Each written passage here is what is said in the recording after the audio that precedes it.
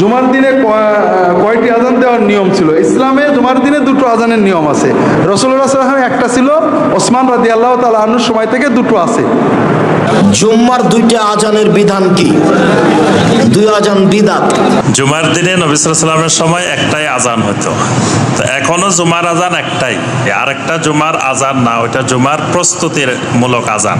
ওসমান রাদিয়াল্লাহু তাআলা আনহুর খেলাফতকালে যখন দেখা গেল যে জুমার আজান হইলে জুমার আজানের সাথে সাথে খুতবা শুরু হতো, তো অনেক সাহাবী বা অনেক মুসলিম তখনও এসে পৌঁছতে পারতেন না, খুতবা শুরু হয়ে যেত।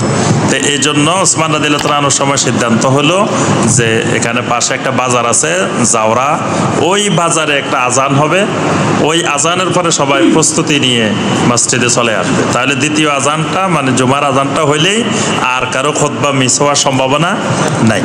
তো যেহেতু খোলাফায়ে রাশেদিনের আমলে এটা চালু হয়েছে, এই জন্য এটা বেদাত হবে না, এগুলো সুন্নাহ। জুমার নামাজের দিন খুতবা দেওয়ার আগ পর্যন্ত খতিব সাহেব কয়টা আজান হয়? দুইটা। জুমার নামাজের আজান হয় কয়টা? সবাই বলেন কয়টা? এখন আপনাদেরকে কেউ আটকাইতে পারে, হুজুর জুমার নামাজের আজান তো হাদিসের মধ্যে একটা পাওয়া যায়, আরেকটা কোথায় পাইলেন? আপনি বলবেন আরেকটাও হাদিসের মধ্যে পাইছি। কোথায় পাইছি? হাদিসের মধ্যে। আপনাদের এলাকার যদি কেউ আমাকে প্রশ্ন করেন হুজুর দুই আজান কোথায় পাইলেন, তা আমি বলবো দুটোটাই হাদিসে পাইছি।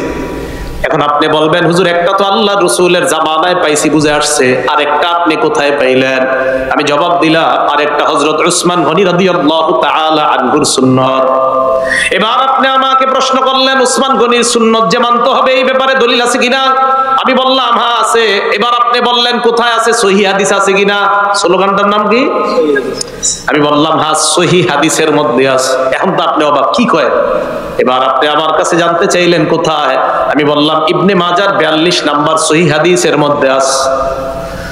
ইবনে মাজার 42 নাম্বার সহিহ হাদিসের মধ্যে আছে। আল্লাহ নবী বললেন তোমরা আমার সুন্নাত ধরো, তাহলে আমার সুন্নাত ধরার মধ্যে এক আজান পাইলাম, এক আজান পেয়ে গেলাম, আমার সুন্নাত ধরো।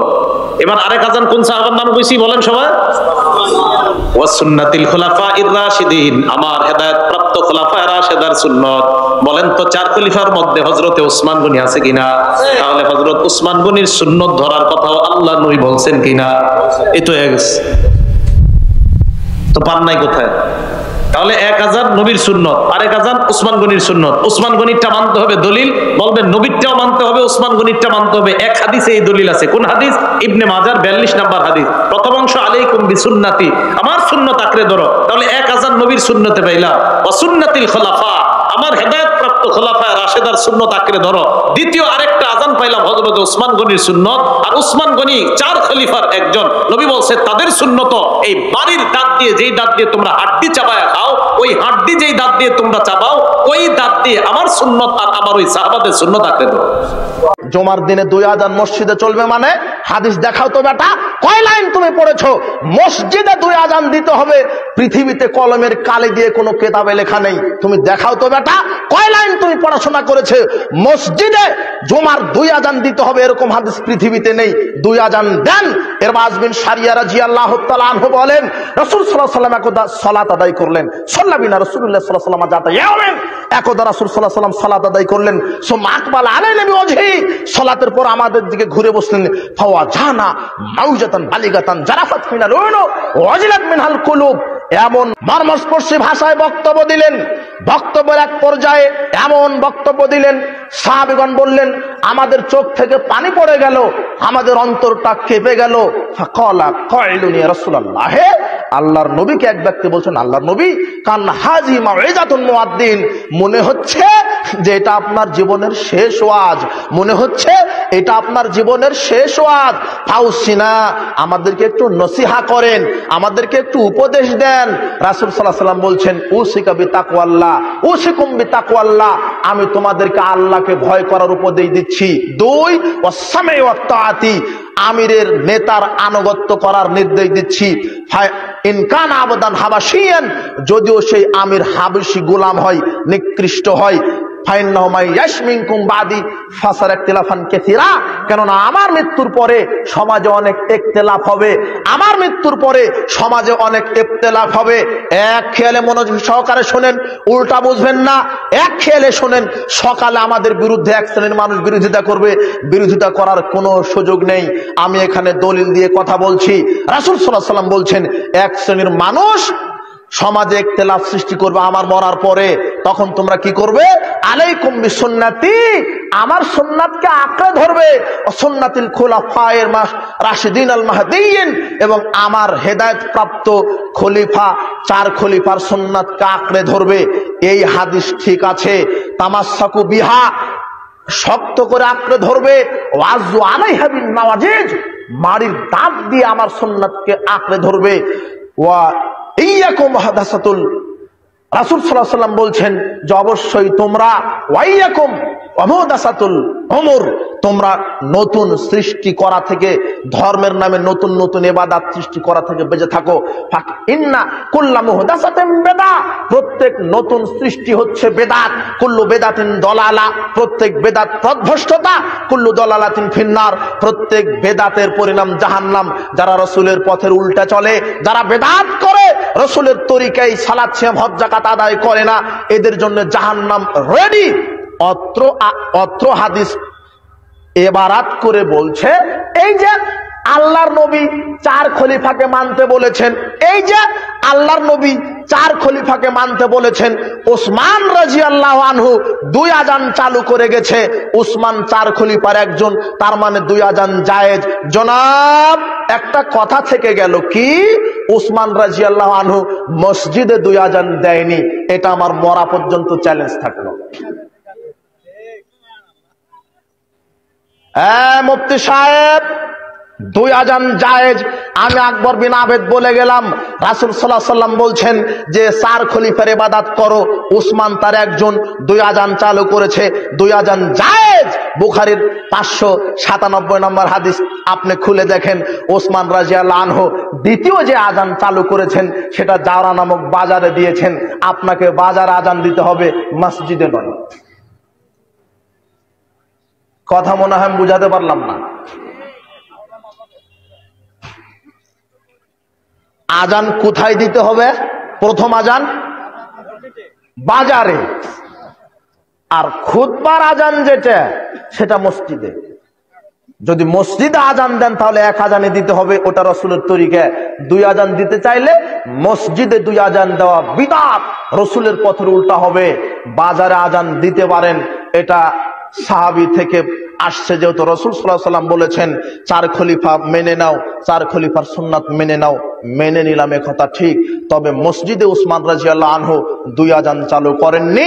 কাজেই মসজিদে যদি আযান দিতে হয়, কয় আযান দিতে হবে? 1 আযান। আসেন আল্লাহ জুমার ব্যাপারে কি ওয়াজ আমাদেরকে করলেন আমরা শুনি। শুনতে রাজি? আল্লাহ বললেন, ইয়া আইয়ুহাল্লাযীনা আমানু ইযা নুদিয়া লিস-সালাতি মিন ইয়াউমিল জুমআতি ফাসআউ ইলা যিকরিল্লাহি ওয়া যারুল বাই', যালিকুম খায়রুল লাকুম ইন কুনতুম তা'লামুন। পড়েন না আল্লাহু আকবার। আল্লাহ বললেন, ও আমার মুমিন বান্দারা শোনো শোনো। আপনাদেরকে অ্যাড্রেস করে আল্লাহ বলছেন, ও আমার মুমিন বান্দারা শোনো, ইযা নুদিয়া লিস-সালাতি মিন ইয়াউমিল জুমআ, জুমার নামাজের আযান যখন দেয়া হয়, ফাসআউ ইলা যিকরিল্লাহ, আল্লাহর স্মরণে তোমরা ধাবিত হও। ওয়া যারুল বাই', কেনা বেচা বন্ধ করে দাও। যালিকুম খায়রুল লাকুম ইন কুনতুম তা'লামুন, এটাই তোমাদের জন্য কল্যাণ যদি তোমরা বুঝতে পারো। জুমার নামাজের আযান যখন হয়, ফাসআউ ইলা যিকরিল্লাহ, আল্লাহর স্মরণে তোমরা বের হয়ে যাও। আল্লাহু আকবার। ফাসআউ ইলা যিকরিল্লাহ ইযা নুদিয়া লিস-সালামি ইয়াউমিল জুমআ, জুমার নামাজের আযান যখন দেয়া হয় বের হয়ে যাও, তখন কোনো কাজ রাখা যাবে না। এই আযান দ্বারা উদ্দেশ্য হচ্ছে খতিব সাহেব খুতবা দেওয়ার জন্য মিম্বারে বসলে যে আযানটা দেয়া হয়, এই আযান। কথা বুঝতে পেরেছেন? কিন্তু দুর্ভাগ্যজনক হলে সত্য, আমাদের বাংলাদেশে এই আযানটা কেন যেন মুয়াজ্জিন ভাইরা ইমাম সাহেবের সামনে এসে আস্তে আস্তে দেয়, ছোট ছোট করে ইমাম সাহেবের মুখের উপরে দেয়, মাইকে দেয় না। এটা পাইছে কই? এটা যে কোত্থেকে ঢুকছে এক আল্লাহই ভালো জানে। আযান মানে অ্যানাউন্সমেন্ট, আজান মানে কি? কথা বলেন। অ্যানাউন্সমেন্ট কি জোরে হবে না আস্তে?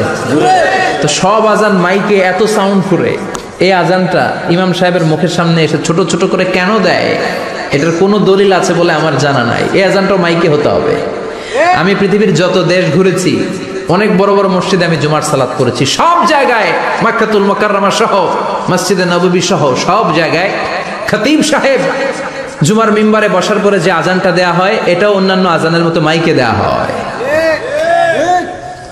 আল্লাহ বললেন, ইদা নুদিয়া লিস-সালামি ইয়াউমিল জুমআহ, জুমার দিনে আজান যখন দেয়া হয়, এই আজান দ্বারা উদ্দেশ্য হচ্ছে খতিব বসলে যে আজান 12:30 12:15 দিকে যে আজান, এই আজান উদ্দেশ্য নয়। বিশ্বনবীর সময়ে এই 12:30 12:15 দিকে যে আজান ছিল, এটা ছিল না।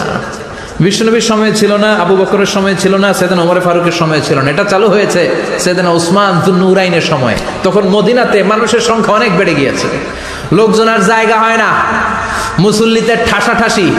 উনি ঘোষণা দিলেন, সুকে জাওরা, জাওরা নামক বিশাল একটা বাজার আছে, ঘোষণা দিলেন এখন থেকে ওই জায়গায় জুমার নামাজ হবে। মানুষ যেন আগ থেকে প্রস্তুতি নিয়ে আসতে পারে, এজন্য জাওরা নামক বাজারে উনি আর একটা আজান দেওয়ার প্রচলন করলেন। সুবহানাল্লাহ। সেখান থেকে আজ অবধি আমরা এই অতিরিক্ত আজানটা দিয়ে থাকি।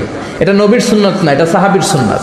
বিশ্বনবীর সুন্নাহ মেনে নেওয়া যেমনি আবশ্যক, 4 খলিফার থেকে পাওয়া সুন্নাতগুলো মেনে নেওয়া আবশ্যক। বিশ্বনবী বললেন, আলাইকুম বিসুন্নতি ওয়া সুন্নাতিল খুলাফায়ে রাশিদিন আল মাহদিয়িন, আমার সুন্নাত ধরবা, হেদায়েত প্রাপ্ত 4 খলিফার সুন্নাত ধরবা। কেমনে ধরবা? ইক্ষু চিনেন? ইক্ষু না গ্যান্ডারি নাকি আখ না কুশাই? হ্যাঁ, আখ। কাঁচা আখ খায় কি করে? এই সামনের দাঁত দিয়ে ভাঙে না? সামনের দাঁত দিয়ে বলে ভাঙে, চাপার দাঁত দিয়ে, এই জায়গার দাঁত দিয়ে শক্ত করে ধরতে হয়। বিশ্বনবী বললেন, আব্দু আলাইহা বিন নওয়াজিজ, আমার সুন্নাত আর সাহাবীদের সুন্নাতকে চাপার দাঁত দিয়ে আঁকড়ে ধরো, যাতে ছুটে না যায়। চিল্লায় পড়েন আল্লাহু আকবার। শুক্রবার জুমার নামাজের আজান একবার নাকি 2 বার হবে জানতে চাই। জুমার নামাজের আজান নিয়েও আমাদের দেশে আজকাল বিতর্ক হয়। আল্লাহ তাআলা মাফ করুক, আমরা বিষয় খুঁজে পাই না। কত মীমাংসিত চূড়ান্তভাবে প্রমাণিত বিষয় নিয়েও আমরা অযথা বাড়াবাড়ি, গন্ডগোল, ফাসাদ এবং টানাটানি এবং মতপার্থক্য করি। জুমার আজান নবী করিম সাল্লাল্লাহু আলাইহি সাল্লামের সময় একটা ছিল, সে আজানটা ছিল খুতবার আগের যে আজানটা। এটা যেহেতু পরবর্তীতে মুসলমানদের সংখ্যা অনেক বেড়ে গেছে মদিনাতে এবং প্রচুর পরিমাণ মুসলমান হওয়ার কারণে ওই আজান শুনে মানুষ জুমাতে আসতে পারতো না, সেজন্য খলিফাতুল মুসলিমিন, ইসলামের 3য় খলিফা উসমান ইবনে আফফান রাদিয়াল্লাহু তাআলা আনহু, তার শাসন আমলে তিনি যখন খলিফা হয়েছেন, তিনি জুমার প্রথম আজান চালু করেছেন। এবং তিনি যেটা চালু করেছেন, সমস্ত খলিফা এবং অন্যান্য খোলাফায়ে রাশেদা যারা ছিলেন, তারা সবাই এটাতে সম্মতি দিয়েছেন। সে আজানটা হলো খুতবার আর অনেক আগে, যেটা আমাদের দেশে প্রথম আজান যেটা আমরা দেই জুমার দিন। তো এই আজানটা একটু দূরে উঁচু জায়গা দেওয়ার নির্দেশ করেছেন তিনি, যাতে করে সবাই জানতে পারে আজকে জুমার দিন। এই জন্য অনেক আগে থেকে এখানে আজান দেওয়া হচ্ছে, মানুষ যাতে দূর দূরান্ত থেকে আসতে পারে। তখন তো মাইক ছিল না। এই আমলটা যেহেতু সাহাবীরা সবাই মেনে নিয়েছেন এবং অন্যান্য খলিফা, পরবর্তী খলিফা আলী রাদিয়াল্লাহু আনহু মেনে নিয়েছেন, সমস্ত সাহাবায়ে কেরাম কেউ কোনো প্রশ্ন তোলেন নাই। অতএব আজকের যুগে যদি কেউ প্রশ্ন তোলে, তাহলে বুঝতে হবে সে সাহাবীদের চাইতে দিন 1 ইঞ্চি বেশি বুঝছে। সাহাবীদের চাইতে দিন বেশি বোঝা, এটা লক্ষণ ভালো হতে পারে না। ভাইরা আমার, নবী করিম সাল্লাল্লাহু আলাইহি সাল্লাম বলেছেন, আমার পরে তোমরা আবু বকর, ওমরকে, খোলাফায়ে রাশেদাকে অনুসরণ করবে। ফাআলাইকুম বিসুন্নতি ওয়া সুন্নাতিল খুলাফায়ের রাশিদিনিল মাহদিয়িন, তোমরা আমার সুন্নাহকে অনুসরণ করবে, খোলাফায়ে রাশেদার সুন্নাহ অনুসরণ করবে। অতএব খোলাফায়ে রাশেদার সুন্নাহকে অনুসরণ করার নির্দেশ নবী সাল্লাল্লাহু আলাইহি ওয়াসাল্লাম করে গেছেন। সে আলোকে জুমার প্রথম আজান এটাও সুন্নাহ সম্মত, এটা সুন্নতে খলিফা। আর জুমার দ্বিতীয় আজান এটা সুন্নতে রাসূল সাল্লাল্লাহু আলাইহি ওয়াসাল্লাম। আর দিনে 2 আজান দেওয়া যাবে কি যাবে না, যেটা ইখতিলাফ নেই। সে বুখারী কিতাবুল জুমআ হাদিস নাম্বার 915, 16, 17 পরপর 3টে হাদিস বর্ণনা আছে যে আল্লাহ রাসূলের যুগে কয়টা আজান হতো ভাই? কথা বলেন। আবু বকর রাদিয়াল্লাহু তাআলার জামানায় কয়টা আজান হতো? ওমরের জামানায় কয়টা হতো? ওসমানের জামানার অর্ধ খিলাফত কয়টা হতো? অর্ধ খিলাফত কয়টা হতো? একটা। আলী বিন আবি তালেব রাদিয়াল্লাহু তাআলার জামানায় কয়টা হতো? একটা। তাহলে বোঝা গেল আল্লাহ রাসূলের জামানায় একটা, আবু বকরের জামানায় একটা, ওমরের জামানায় একটা, আলীর জামানায় একটা, ওসমানের অর্ধ খিলাফত পর্যন্ত একটা। তার মানে বোঝা 4 খলিফার মধ্যেও শুধু এক খলিফার অর্ধ খিলাফত পর্যন্ত কটা হতো? 2টা। তবে বন্ধু, সাহাবী আর আল্লাহ রাসূলের যদি আমলের মধ্যে সাংঘর্ষিক হয়ে যায়, এখন কোনটা বেশি প্রাধান্য পাবে বলেন? অবশ্যই বিশ্ব নবীর প্রাধান্য পাবে। দলিল একাধিক আছে। সুনান তিরমিজি কিতাবুল হাজ হাদিস নম্বর 824, ইবনু ওমরের কাছে, ওমর বিন খাত্তাবের কাছে একজন সাহাবী এসে বলছে যে হজে তামাত্তু জায়েজ না না জায়েজ? সামনে ওমর বিন খাত্তাব বলছে না জায়েজ। প্রশ্নকর্তা চলে গেছে তার সন্তান ইবনু ওমরের কাছে, হজে তামাত্তু জায়েজ না না জায়েজ? বেটা বলছে জায়েজ, বাপ বলছে না জায়েজ, বেটা বলছে জায়েজ। কথা বুঝাতে পারিনি। সে প্রশ্নকর্তা বলছে তোমাকে মানবো না তোমার বাপকে মানবো? তোমার বাপ ওমর বলছে না জায়েজ, তুমি বেটা বলছো জায়েজ। ইবনু ওমর তখন বলছে আমাকেও না বাপকেও না, বিশ্বনবী হজে তামাত্তু করতেন, এটা আমি দেখেছি, অবশ্যই এটা জায়েজ। তখন সেই সাহাবী সঙ্গে তাকবীর দিয়ে প্রত্যাবর্তন করল আর বিশ্বনবীর কথাকে প্রাধান্য দিল। সাহাবীর সঙ্গে বিশ্বনবীর যদি মাসালাগত ইখতিলাফ হয়ে যায়, তাহলে কোনটা বেশি প্রাধান্য পাবে? আল্লাহ রাসূলের। আরেকটা দেখেন সহিহ বুখারী কিতাবুল হজ হাদিস নম্বর 1563, ওসমান রাদিয়াল্লাহু তাআলা নিজ খিলাফতের সময় হজে তামাত্তুকে নাজায়েজ হারাম মনে করতেন, পাবন্দ লাগিয়ে দিয়েছিলেন যে হজে তামাত্তু করা যাবে না। আলীর কাছে খবর যায়, আলী তখন বলছে বিশ্বনবীকে আমি দেখেছি হজে তামাত্তু করতে, আর ওসমান বলে যে হজে তামাত্তু করা যাবে না। সে তালবিয়া পাঠ করতে শুরু করে দিয়েছে, এরাম বেঁধে ফেলেছে। বাধা পড়ে জনসনের সামনে বলছে মা কুনতু লিআদা সুন্নাত নবী সাল্লাল্লাহু আলাইহি সাল্লাম লিকাউলি আহাদিন, যে বিশ্বনবীর সুন্নাতের কাছে পৃথিবীর কোন মানুষের কোন সুন্নাতের মূল্য নাই। তার মানে কি বুঝলেন? আল্লাহ রাসূলের সঙ্গে যদি সাহাবীদের কোনো আমলের ইখতিলাফ হয়ে যায়, কোনটা প্রাধান্য পাবে? আল্লাহ রাসূলের আমলটা। তো আল্লাহ রাসূল কটা আযান দিয়েছে? একটা। এখন একটা হাদিস আছে সুনান তিরমিজি কিতাবুল ফিতান হাদিস নাম্বার 2676, এবং সুনান আবু দাউদ কিতাবুস সুন্নাহ হাদিস নাম্বার 4597, মিশকাত হাদিস নাম্বার 165, ইবনে মাজাহ হাদিস নাম্বার 42। আল্লাহ রাসূল বলছেন আমার মৃত্যুর পর ইখতিলাফুন কাসীরা, অসংখ্য মতানৈক্য হবে। তখন কি করবে? ফালাইকুম বিসুন্নতি, তুমি আমার সুন্নাতকে আঁকড়িয়ে ধরো, ও সুন্নাতে খোলাফায়ে রাশিদিন, এবং আমার খলিফা সুন্নাত আঁকড়িয়ে ধরো। ওসমান তো একজন খলিফা, সে 2টো আযান দিয়েছে, তাহলে কেন দেয়া যাবে না? একটা প্রশ্ন আসে না ভাই? তো খোলাফায়ে রাশিদিনের সুন্নাত মানতে হবে, হবে কি হবে না? হবে। তো এই খোলাফায়ে রাশিদিন 3 জন কটা আযান দিয়েছে? কথা বলেন। একজন, শুধু একজন খলিফা অর্ধেক খিলাফত 2টো দিয়েছে। তো খোলাফায়ে রাশিদিন একজনকে মানবো না 3 জনকে মানবো? কোনটা উত্তম হবে? একটা না 3টা?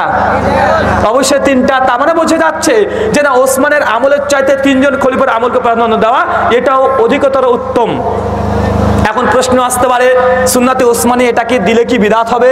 উত্তর না, বিদআত হবে না। কেন? ওসমান রাদিয়াল্লাহু তাআলা যে কারণে দিয়েছে, সেই কারণ যদি বিদ্যমান থাকে, এখন এটা সুন্নাতি হবে। ওসমান রাদিয়াল্লাহু তাআলা যে স্থানে দিয়েছে সেই স্থানে দিলে এখন এটা সুন্নাতি হবে। কিন্তু স্থান যদি পরিবর্তন করেন, এটা সুন্নাতে ওসমানী হবে না, এটা বিদআত হয়ে যাবে। কথা বুঝতে পারছেন? বা ওসমান রাদিয়াল্লাহু তাআলা আনহু দ্বিতীয় আযান কোথায় চালু করেছিলেন? মসজিদের ভেতরে না বাইরে? বাইরে। কোথায়? জাওরা নামক একটা বাজারে। তখন এই বাজারের আজানটাকে যদি মসজিদের ভেতরে ঢোকান, স্থান পরিবর্তন হলো কি হলো না? স্থান পরিবর্তন করলে ভাই এটা ইবাদত হয় না বিদআত হয়? অবশ্যই বিদআত হয়। দলিল ওই যে ইন্নিয়া জাহাতু, বিশ্বনবী তাকবীর তাহরিমের পরে পড়তেন, আপনি পড়ছেন আগে, তো হানাফিদেরকে বিদআতি বলছেন, তো আপনি তো বাইরের জিনিস, ঘরের জিনিসকে বাইরে নিয়ে গেছেন। কথা বুঝতে পারছেন? 2, ওসমান রাদিয়াল্লাহু তাআলা একটা নির্দিষ্ট কারণে দিয়েছে, কারণ যদি বিদ্যমান হয় এখন আপনি আমল করতে পারেন। বা দাঁড়িয়ে পেশাব ফেরা জায়েজ না না জায়েজ?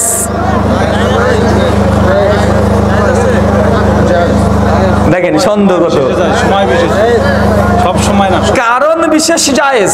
সহিহ বুখারী 223 নম্বর হাদিস, বিশ্বনবী একটা নোংরা স্তূপের ধারে গেলেন, তিনি দাঁড়িয়ে পেশাব ফিরলেন।